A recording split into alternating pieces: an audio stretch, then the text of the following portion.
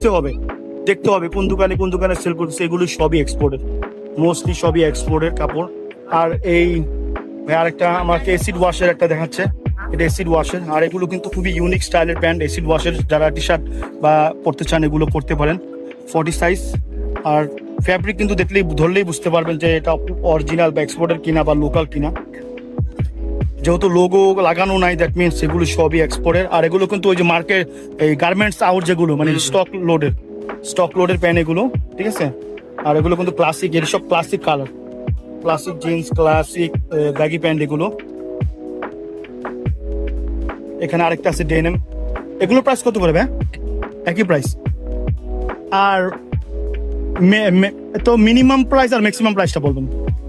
আমাদের ঠিক 500।